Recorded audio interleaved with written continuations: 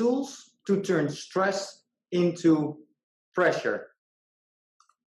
Hello everyone, and welcome to a new video.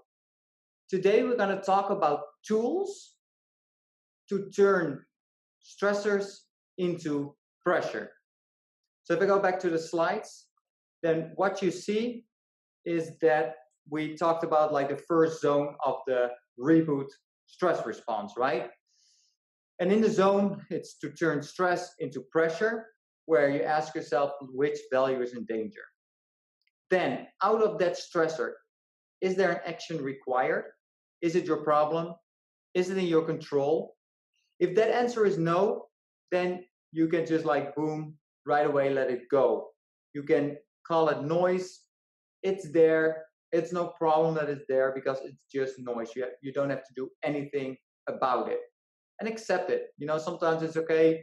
I feel stressed, but that's okay. Because sometimes the more you fight it, the more it comes back. If there is an action required, it is your problem and in your control, then I call it pressure. And pressure asks for an assertive plan and a growth mindset and action.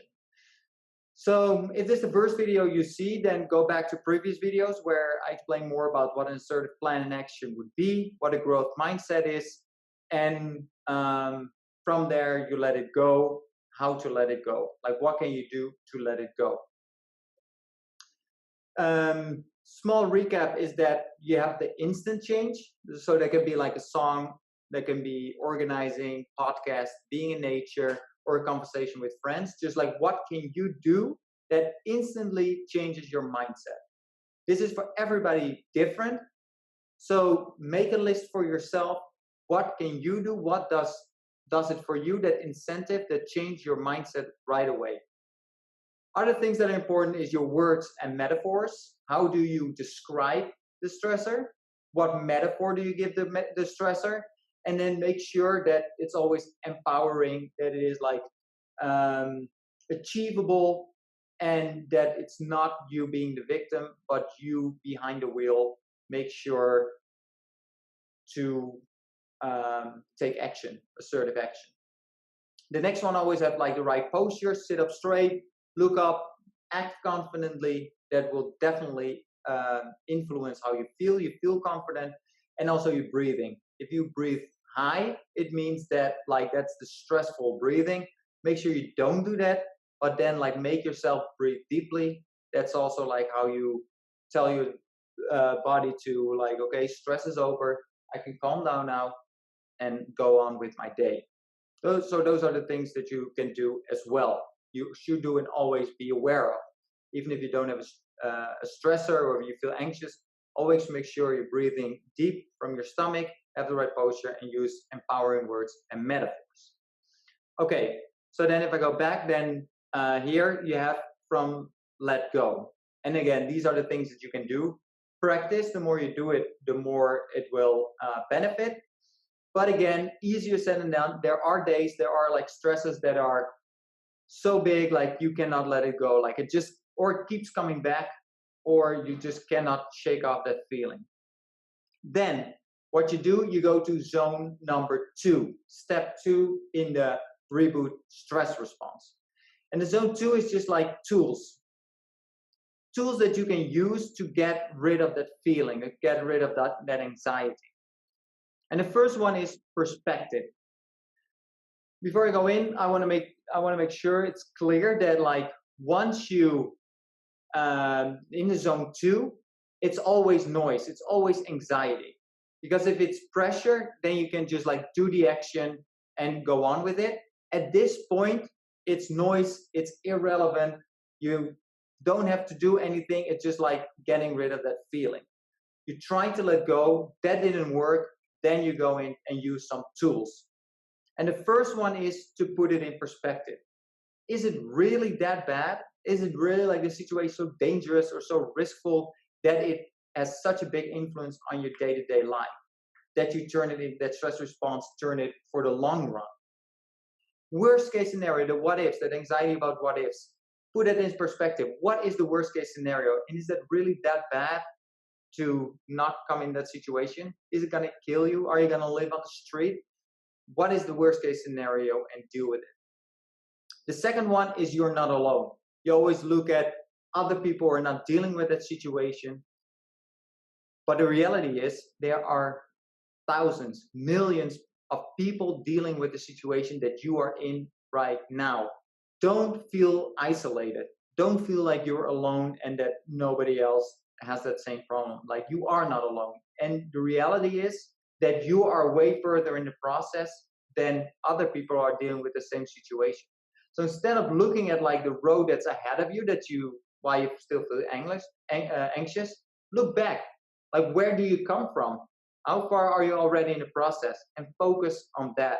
Focus on the people that are behind in the process, where you come from, and the growth, and see it like you keep growing forward.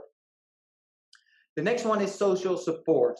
And it's important to realize that the social support is not that you complain about the stressor or that you complain about what the others did to you and how you're the victim.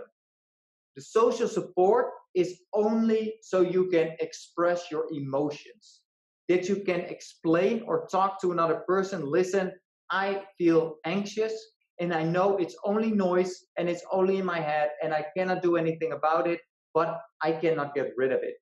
And use those specific words. It's only noise. I don't have to do anything about it. I don't want to feel like that. By expressing it, it's also like putting it in perspective. It makes it easier to deal with. Just sharing your feeling. Let the other know how you feel and where you go through. And the last one is change your reality. And that's again going from victim to learner, grower, like grow. Use different words, then it's not that difficult. See it of like how it's a setback and that you're gonna prove how strong you are and get through it. Once you do this, and like this is not in order, you go from left to right. Like for example, like social support works really well for someone. So just sharing it already takes off the weight and you can let go and change your mindset. And that is like going back here again, going through this list, or use words, postures, breathing. That's the letting go part. So you can go back to that. And then if social support doesn't work, change your reality. Write it out. See how you can look different at the situation. Imagine you're not alone. Think of all the other people dealing with the same problems and put it in perspective. From zone 1, you go to zone 2. And hopefully from here, you can also like reanalyze it, focus on like where you have control over. And then here you can go like, okay, maybe I have some control with my growth mindset on how to deal with this situation. And then you can turn that into pressure because there's an action that you can take. I hope this helps. And I hope you actually put this in practice. That you see zone 1, ask yourself the questions, go through it, try to let go, and now you have like 4 different tools that you can use at the moment that you cannot get rid of it, and then try to let go again. There's one more zone missing, and that is what I call like the power tool. It is like if nothing works and it's so big, like, or it keeps coming back, then I got one more zone for you. And this is the zone that it is success guaranteed. So wait for it because that video is coming up. If this helps you, then help me share the message. My mission is to help as many career women as possible to deal with their anxiety, to deal with unrealistic expectation, unhealthy pressure, so they can grow a successful career.